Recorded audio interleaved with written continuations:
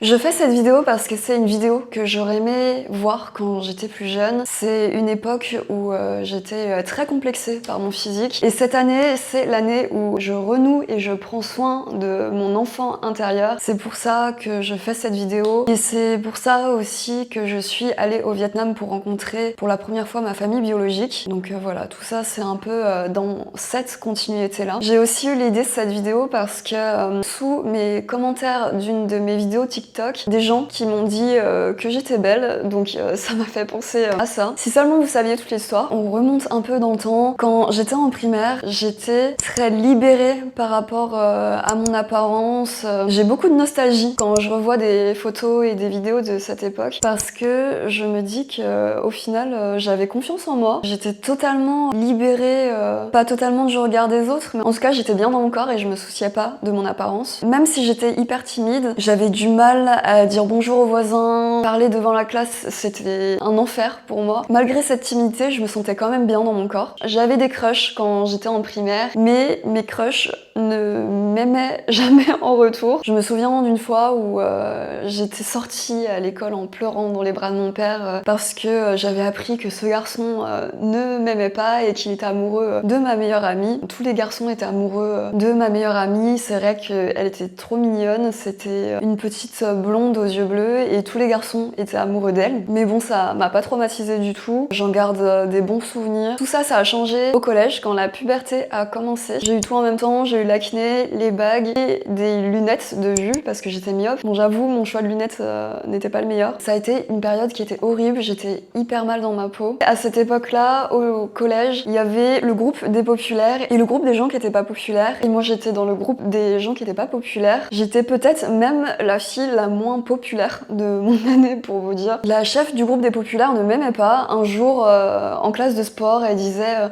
toi je t'aime bien, toi je t'aime bien, toi je t'aime bien. Et quand ça venait à moi, elle m'a dit ah non, toi je t'aime pas. Ça me rendait hyper triste en fait d'être rejetée, de pas être aimée. C'était un cercle vicieux parce que je me sentais mal dans mon corps et j'étais aussi pas à l'aise du tout socialement avec les autres. C'était à la fois un malaise physique et social. Ça faisait beaucoup à cet âge-là. Je me rappelle aussi à l'époque, on utilisait Facebook et j'avais seulement 4 j'aime sur mes photos de profil. J'avais que mes 4 copines qui aimaient mes photos de profil et c'est tout. C'est pour vous montrer mon niveau de popularité. Je pense que j'ai évité le harcèlement de peu parce que justement la chef du groupe des populaires avait déjà eu un avertissement parce qu'elle avait déjà harcelé une autre fille au collège, donc je pense qu'elle faisait un peu attention et je pense que c'est ça qui m'a sauvée en vrai. Je savais très bien qu'avec son groupe il parlait dans mon dos. D'ailleurs un coup il y a une des filles du groupe qui m'a appelée sorcière, je sais plus pourquoi, et voilà, j'en ai déduit qu'ils m'appelaient comme ça entre eux. À cette époque-là, j'avais qu'une seule envie, c'était de me cacher et je détestais vraiment mon apparence. J'en ai un peu parlé aussi dans mes vidéos sur mon adoption. À cette époque-là, je supportais pas de me regarder dans un miroir, donc clairement je me regardais pas dans un miroir en fait, je les évitais. J'étais myope,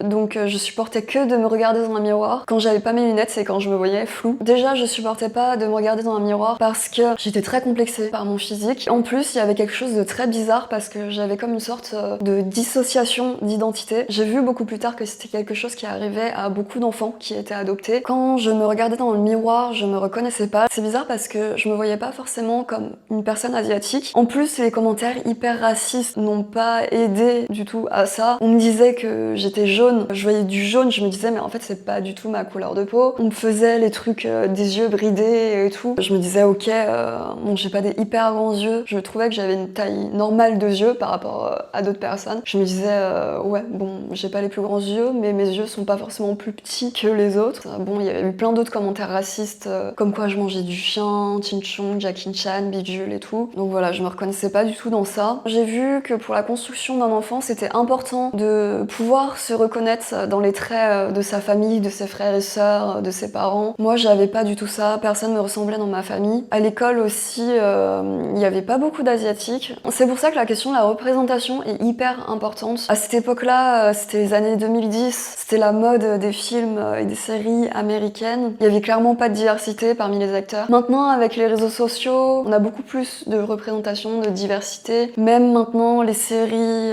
ils essayent de faire des efforts. C'était pas le cas à l'époque. Je pense qu'à cet âge-là, c'est hyper important de se sentir représenté pour se dire ah bah lui, il est comme ça, donc moi aussi je ressemble un peu, donc c'est possible de faire ça et d'être comme ça. Par exemple, à l'époque, quand il y avait avait peu de médecins femmes. C'est difficile de se dire, quand on est une femme, de dire bah, j'ai envie de devenir médecin, mais en fait il y a que des hommes. C'est un obstacle en plus de pas avoir de rôle modèle. On peut plus facilement se dire j'ai envie de devenir médecin, et c'est totalement possible parce qu'il y en a plein d'autres avant moi qui ont réussi. C'était un peu le début de la K-pop, c'était très niche et c'était pas populaire. Moi je connaissais pas trop ce milieu-là. En plus c'était la mode de Britney Spears, des cheveux hyper lisses. Moi j'ai les cheveux un peu ondulés. Je le savais pas à cette époque, je comprenais pas pourquoi mes cheveux quand je les brossais ils devenaient hyper gonflés. Donc je me suis cramé les cheveux au fer à lisser parce que je voulais qu'ils soient lisses. Je comprenais pas aussi pourquoi les asiatiques étaient connus pour avoir des cheveux lisses, baguettes, beaux et brillants, et que moi j'avais pas du tout ces cheveux là. Mais voilà, chez les asiatiques il y a pas que des cheveux lisses aussi. Et quand je suis allée au Vietnam voir ma mère biologique, j'ai su que je tenais mes cheveux ondulés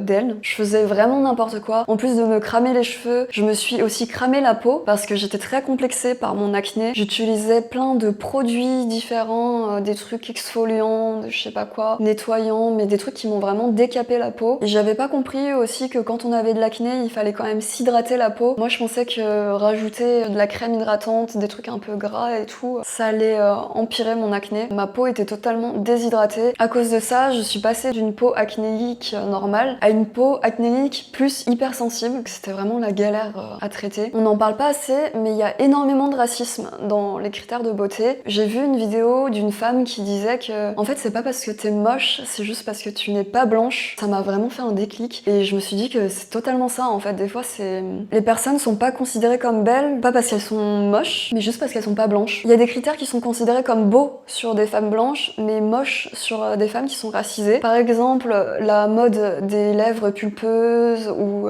des grosses fesses, des formes, c'est considéré beau sur une femme blanche, mais ces mêmes critères de beauté sont considérés moches par exemple sur des femmes noires. D'ailleurs j'aime pas du tout aussi le mot noir pour les personnes noires parce que je trouve que c'est comme le jaune pour les asiatiques en fait. Les amis, vous avez pas d'yeux en fait, c'est pas du tout... vous avez déjà vu la couleur noire? Enfin bon bref, c'est pas du tout la couleur de peau des personnes noires, mais bon. Donc voilà, et c'est pareil, il y avait beaucoup la trend des foxy eyes, la trend aussi de s'étirer les yeux, je sais plus c'était à quelle époque, peut-être en 2016 et tout, de se prendre en photo en s'étirant un peu, en se liftant les yeux en fait. Et c'est exactement pareil, on trouve ça beau quand c'est sur une femme blanche, mais c'est des critères qui sont considérés comme moches sur des asiatiques, et on se moque de nous pour ça. C'est des exemples, il y en a d'autres, mais vous vous rendez compte quand même du non-sens de la chose. Si vous trouvez un critère joli sur une personne, bah vous trouvez ce même critère joli sur une autre personne parce que c'est exactement la même chose. C'est juste parce que la personne a une origine différente qui fait que la perception des choses change. En fait, il faut juste réfléchir 2 secondes pour se dire à quel point c'est totalement injuste et purement raciste. Quand j'étais jeune, comme j'étais très complexée, je pensais beaucoup à la chirurgie. J'avais vu le truc des jambes, qu'on te coupe les jambes pour être plus grand. Bon, les jambes, je savais que c'était hyper dangereux et qu'il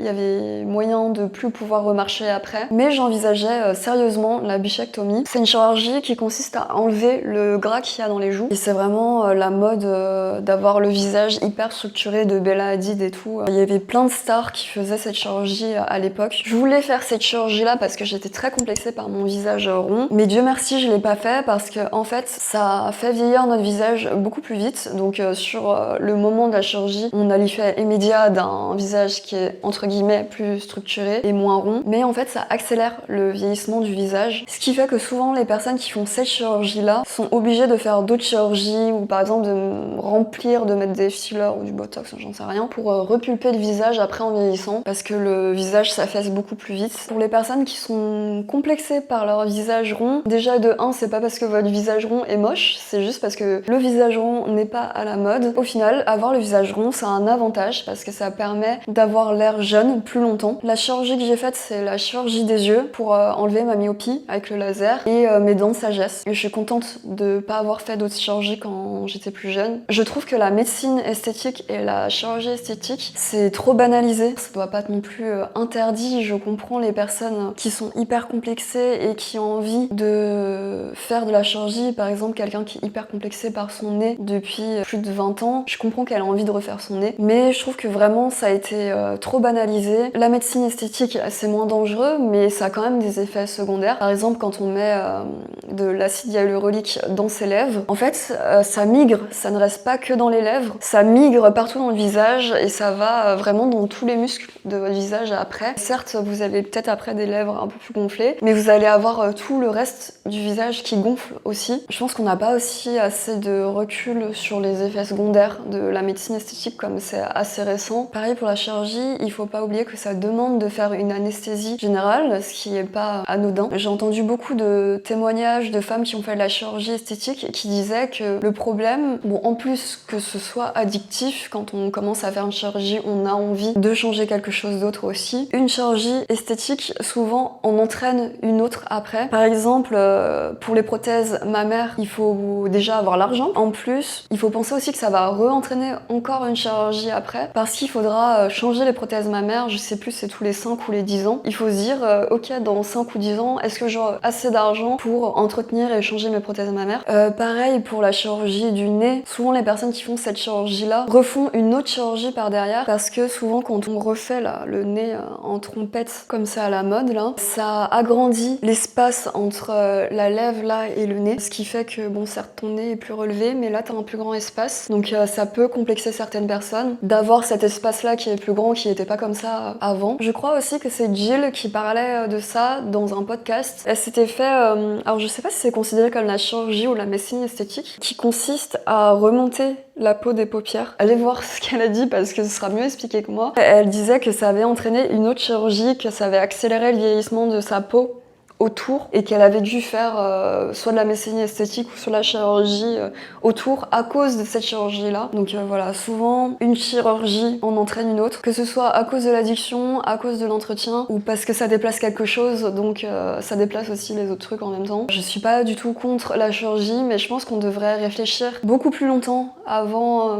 d'en faire une et de pas le faire trop jeune aussi. Parce que comme je vous dis, moi je suis très contente de pas avoir fait la bichectomie. Au final, j'ai perdu un peu mon visage rond et mes joues que j'avais à l'époque. Prendre du temps, plusieurs années pour réfléchir et d'abord passer par un psychologue avant, parce que si vous réglez pas votre estime de vous-même, votre confiance en vous, votre rapport à votre apparence, faire une chirurgie ça réglera pas la façon dont vous voyez si le problème est dans votre tête au final. On parle pas aussi assez du rapport entre le glow-up et l'argent. Souvent les personnes qui peuvent se permettre de glow-up, c'est des personnes qui ont assez d'argent et assez de temps aussi. Faire sa skincare, ça demande de l'argent, même si maintenant on peut trouver des produits qui sont un peu moins chers que d'autres, mais bon quand même, si on n'a vraiment pas d'argent, bah on peut pas le faire. Et par exemple, si on n'a pas beaucoup de temps, bah on n'a pas le temps de le faire non plus. Pareil, pour entretenir ses cheveux, il faut s'acheter les shampoings, les masques, etc. Même s'il y a des alternatives moins chères, c'est quand même un budget. Si on est toujours au rouge à la fin du mois, bah c'est pas possible. Des fois, je vois passer des vidéos de glow-up, et en fait, c'est pas un glow-up, c'est juste une photo d'une enfant et une photo d'une adulte. C'est juste la puberté qui est passée par là. Je pense que notre image de ce à quoi ressemble un adolescent est vachement faussée, parce que dans les films, les séries, quand on regarde l'âge des acteurs, ils ont souvent 25 ans et leur personnage dans la série ou le film, il a 15 ans. Enfin,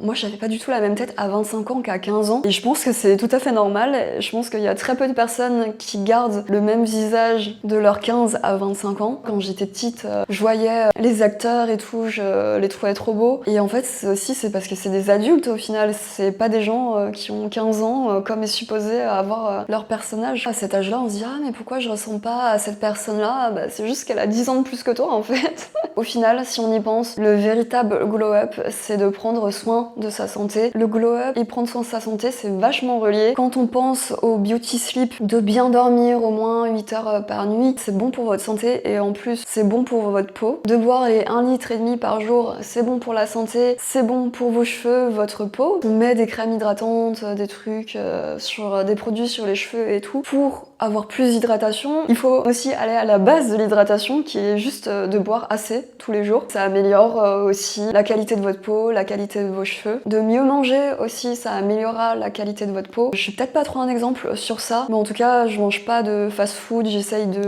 manger des légumes à chaque repas. Je sais que quand je mange des produits laitiers, j'ai des boutons. Quand j'étais au lycée, j'ai arrêté de boire mon lait tous les matins et ça a un peu diminué mon acné. Bon là, je sais que j'arriverai pas à arrêter arrêté le fromage, mais je sais que j'aurai encore une plus belle peau si j'arrêtais le fromage. Et voilà, quand je mange mal, j'adore le poulet frit. Je sais que quand je mange du poulet frit, je vais avoir un bouton. Là, j'ai mangé il y a pas longtemps du Nutella, ça faisait hyper longtemps que j'en avais pas mangé. Comme par hasard, j'ai eu des boutons qui ont poussé aussi. Je sais que ma peau est hyper réactive à mon alimentation. Je me mets du sérum à la vitamine C sur ma peau pour avoir une peau avec un meilleur éclat, diminuer les taches brunes et tout, parce que dès que j'ai un bouton, j'ai une tache brune qui apparaît en plus de mettre du sérum à la vitamine C. Tout simplement manger des carottes, parce qu'il y a la vitamine C dans les carottes aussi. Après, il y a des choses aussi qui sont hormonales. Par exemple, quand j'ai mes règles, je sais que je vais avoir des boutons sur le menton. Mais je sais que si j'ai un bouton quand j'ai mes règles, je peux rien y faire. Après, il y a aussi des dérèglements hormonaux. C'est pareil, c'est dans l'histoire de prendre soin de sa santé, c'est de faire les checks aussi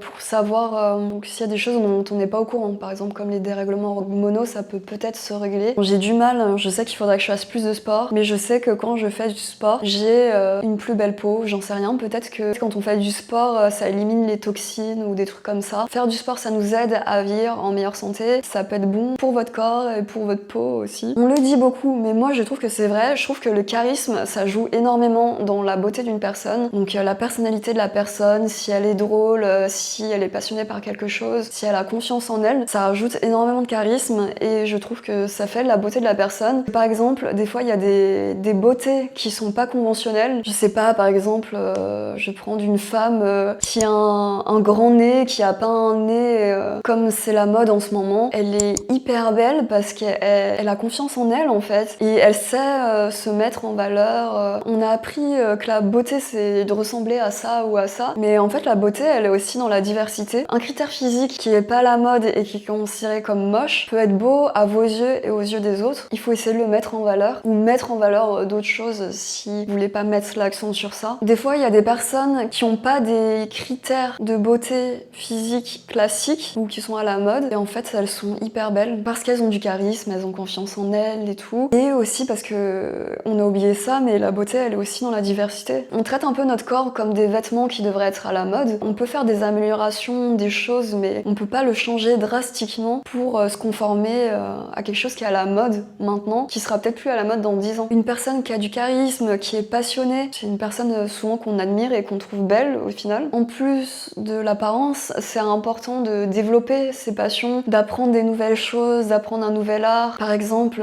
si vous avez toujours rêvé d'apprendre la danse, la musique, le chant ou toute autre chose, même quelque chose qui est pas artistique, que vous soyez passionné quelque chose et après que vous devenez fort dans ce domaine-là, et ça va plaire aux gens. Donc il n'y a pas que le physique aussi. C'est pour ça aussi que je me suis jetée à corps perdu dans ma passion pour le dessin et la peinture parce que j'avais envie de développer, de créer mon univers. J'avais envie de construire mon identité à partir de choses que j'aime, donc le dessin et la peinture, qui n'étaient pas seulement rattachées à mon apparence. On est toujours admiratif par quelqu'un qui est passionné par son domaine. Moi je trouve que les gens passionnés, ils sont passionnants. C'est quelque chose qui est contagieux et qui fait plaisir à voir. Des personnes qui se donnent à fond dans leur passion. Et aussi le glow-up, au final, c'est apprendre à savoir qu'est-ce qui nous met en valeur, à savoir quel maquillage nous met en valeur, quelle coupe, couleur de cheveux nous met en valeur, quel style vestimentaire nous met en valeur, quelles couleurs nous vont mieux au teint. C'est aussi apprendre à se connaître. Et c'est pour ça qu'on voit beaucoup de vidéos de femmes qui disent qu'elles sont plus belles à leurs 30 ans qu'à leurs 20 ans parce que, en fait, pendant toutes ces années, elles ont su apprendre qu'est-ce qui les mettait le plus en valeur. On pourrait se dire à 20 ans, on a l'air plus jeune qu'à 30 ans, on est plus beau, mais au final, pas forcément. Donc voilà, le glow-up, ça peut être aussi prendre soin de sa santé, développer sa confiance en soi, son charisme, développer ses passions et apprendre à se mettre en valeur. C'est une vidéo que j'aurais bien aimé entendre quand j'étais plus jeune, c'est pour ça que je la fais. J'aurais voulu dire à la Marie plus jeune, t'inquiète pas, ça va aller, ça va passer, c'est normal, c'est juste la puberté et il y a des choses que tu peux faire pour te sentir mieux. Au final, est-ce que j'ai vraiment glow up? En fait, je suis juste passée d'une enfant à une adulte. J'ai oublié d'en parler, mais en plus de critiquer ma tête, on a beaucoup critiqué mon corps aussi. On disait que j'étais trop plate, que j'avais pas de forme. Déjà de 1, c'est ma morphologie, et de 2, j'avais 12 ans. J'avais encore un corps d'enfant, donc des fois il y a des filles qui ont leur puberté plus tôt que d'autres, mais bon, moi c'était pas mon cas. De toute façon, quand on est une femme, on sera jamais assez bien. On est toujours trop maigre, trop grosse, on n'a pas les formes là où il faut, on a des formes là où il faut pas. La façon de s'habiller, maquillée, ça va pas. Trop maquillée, pas assez maquillée. En fait, ce sera jamais assez bien. Je pense que glow up, le plus important, c'est se sentir bien dans sa tête. Et quand on se sent bien dans sa tête, on se sent aussi mieux dans son corps. J'espère que cette vidéo pourra au moins aider quelqu'un. Et je vous dis à bientôt pour une prochaine vidéo.